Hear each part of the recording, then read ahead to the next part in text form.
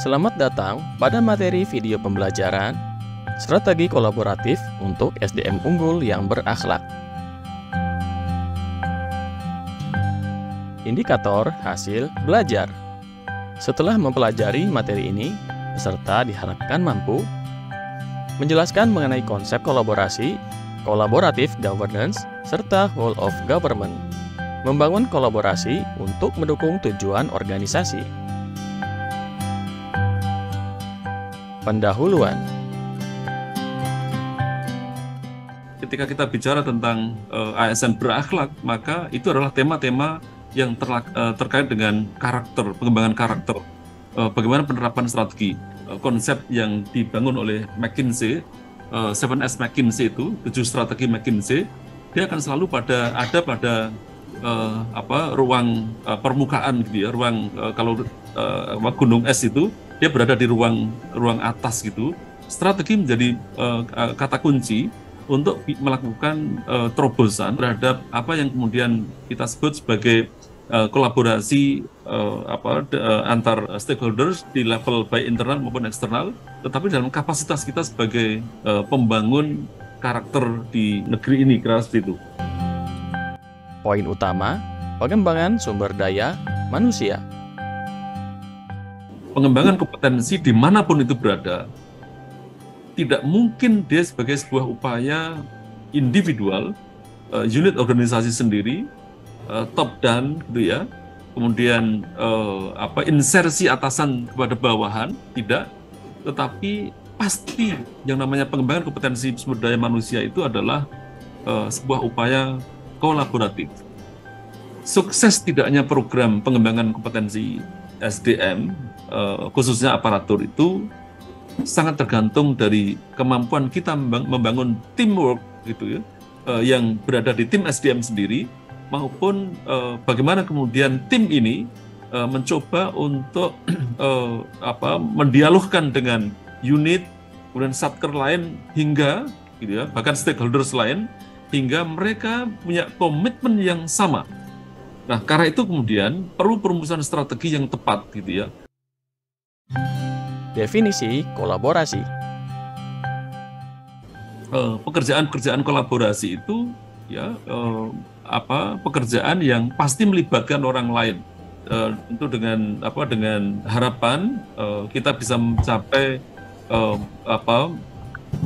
capaian-capaian yang diharapkan oleh organisasi, sehingga pengembangan kapasitas SDM ini menjadi tujuan yang kita bisa desain secara kolaboratif itu kira-kira. Karakteristik ASN unggul.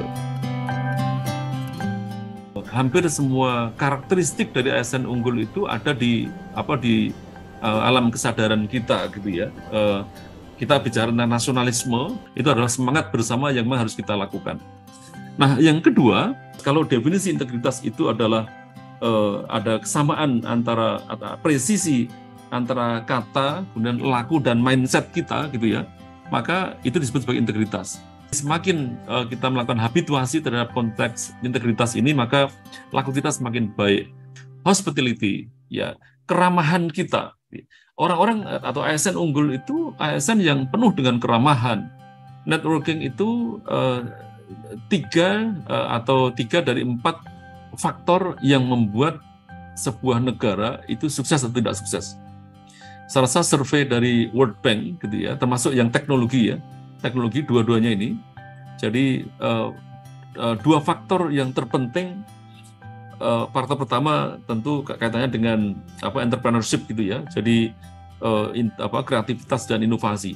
Tapi networking dan teknologi informasi ini menjadi faktor yang harus kita kuasai, karena ini menjadi faktor terpenting untuk mendorong kesuksesan atau menjadi leverage faktor untuk mendorong kesuksesan sebuah negeri.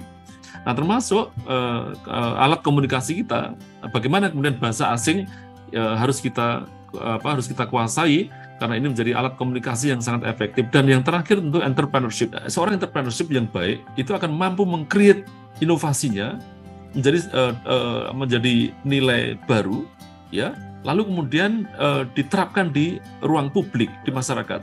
Ini tentu terkait langsung dengan penguatan budaya kerja sebagai salah satu strategi ya untuk mentransformasikan pengelolaan ASN. Kita juga menginginkan agar nilai-nilai dasar ASN dan kode etik dan kode perilaku sebagaimana di ketentuan Undang-Undang 5 tahun 2014 tentang aparatur sipil negara ini benar-benar diterapkan secara seragam.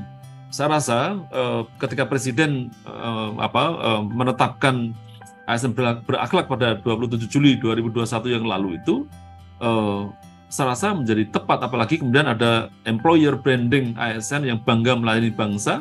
Ini juga bagian dari spirit nasionalisme kita terhadap bangsa ini, gitu ya. Jadi tentu ada inline dengan semangat untuk bagaimana menjadikan core value ASN berakhlak ini bisa diterapkan di seluruh Indonesia.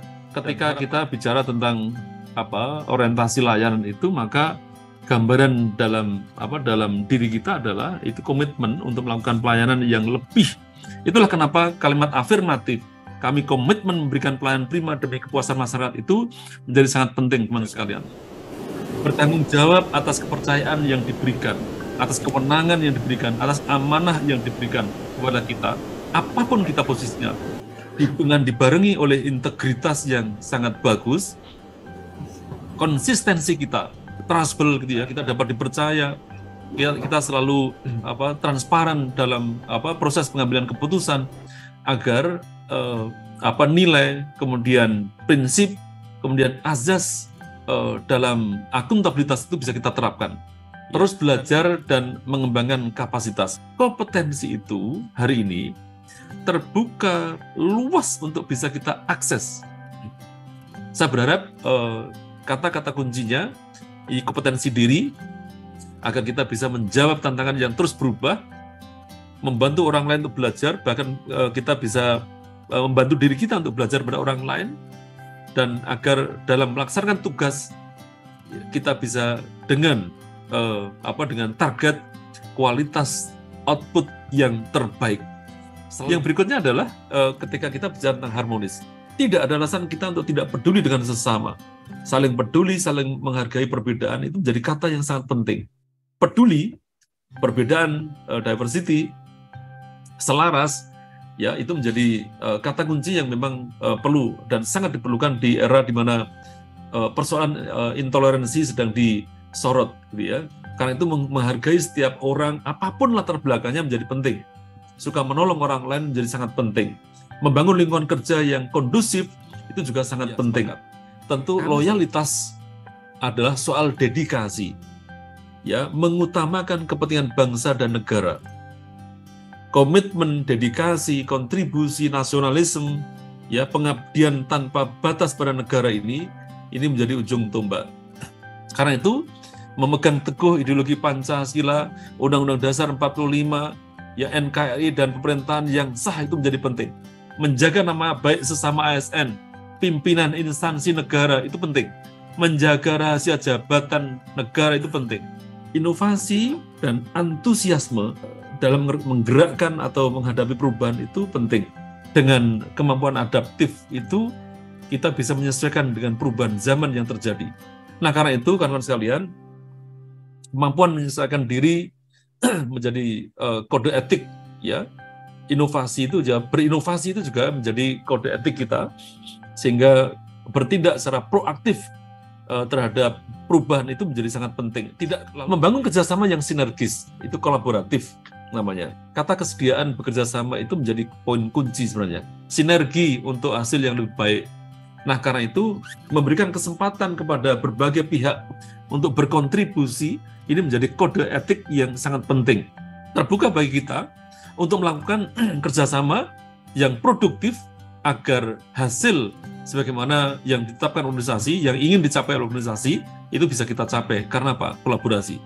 Kemampuan menggerakkan resources yang terbatas, tentu ini juga menjadi alasan kenapa kemudian kita harus berkolaborasi. 7 strategi dalam mewujudkan ASN unggul. Hal penting pertama yang harus kita lakukan adalah kita harus bisa memastikan apakah memang selama ini kita juga telah melakukan identifikasi terhadap kebutuhan dan tujuan organisasi, pengetahuan dan skill apa yang itu memang yang bisa menunjang terhadap kebutuhan dan tujuan organisasi itu. Apakah kemudian kesenjangan atau performance gap, kesenjangan kinerja itu memang telah terjadi.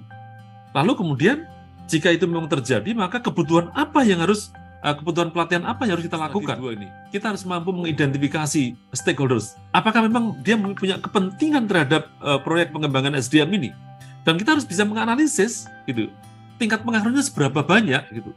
Sehingga kemudian beberapa strategi yang perlu kita kembangkan agar kita bisa mampu mengelola hubungan yang efektif antara stakeholders dengan kita, itu bisa terjadi karena kita punya kebutuhan, kita punya keinginan.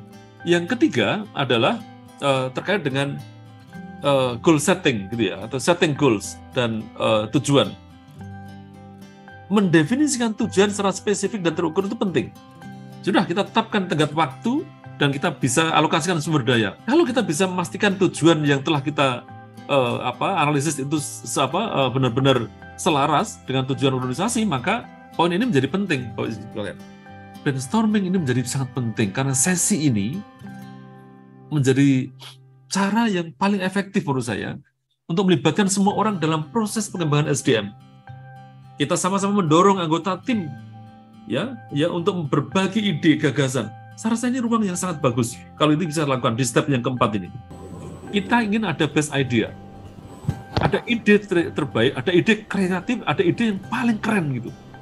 Kita butuh ini ya. Yang kelima, kita perlu mengidentifikasi training need ya. Tadi ini pendalaman dari tahapan yang pertama itu. Kita bisa menganalisis pekerjaan masing-masing kita, tugas pokok dan fungsi itu, ya, mengidentifikasi tugas, kewajiban, dan tanggung jawab masing-masing. Lalu kemudian dengan tanggung jawab seperti itu, prerequisite-nya, prasyaratnya seperti apa? Oh iya, harus berintegritas. Jika tidak, maka pelayanan tidak akan bisa berjalan baik. Yang tidak berintegritas kita tempatkan di tempat lain, atau kemudian kita kembangkan lagi sampai pada level tertentu. Misalnya seperti itu.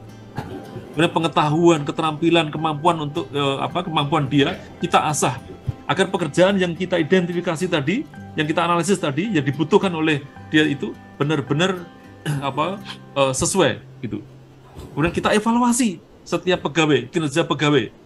Mana yang kemudian perlu dikembangkan, mana yang kemudian perlu ada replacement gitu, ada penempatan ulang. Ya. Kemudian mana yang kemudian harus kita kembangkan ulang dan sebagainya. Nah, saya rasa memang contoh sederhana dari model kolaborasi skill seperti sekarang ini. Catatan-catatan sharing itu, ya, itu bisa kita kembangkan. Lalu kemudian skillnya apa? Oh iya, hanya butuh orang yang active listening, orang yang mendengar. Kita hanya butuh orang yang pandai mendengar. Agar apa?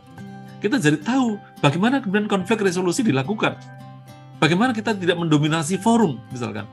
Bagaimana kemudian orang-orang yang semula diam menjadi mendapatkan tempat dan lalu kemudian diberikan peran yang begitu besar. Karena ternyata dia sangat brilian, dia sangat inspiring gitu. Agar berhasil menerapkan strategi yang kolaboratif untuk pengembangan SDM itu, dengan kompetensi itu, maka prioritaskan kerja tim. Komunikasi terbuka menjadi sangat penting. Peran dan tanggung jawab yang jelas gitu ya. Dan evaluasi yang berkelanjutan. Kolaborasi itu akan bisa melahirkan sebuah kesuksesan kalau memang semua pihak memberikan dukungan, teamwork yang sangat sempurna dalam melakukan perannya, kemudian kemampuan komunikasi yang juga sangat baik, trust untuk saling percaya dengan semua pihak, saling termotivasi dengan semua, saling menginspirasi dengan semua pihak. Karena itu sukses bisa terjadi. Capaian-capaian penting yang sifatnya prioritas organisasi itu bisa kita capai kalau kemudian itu bisa kita dapatkan.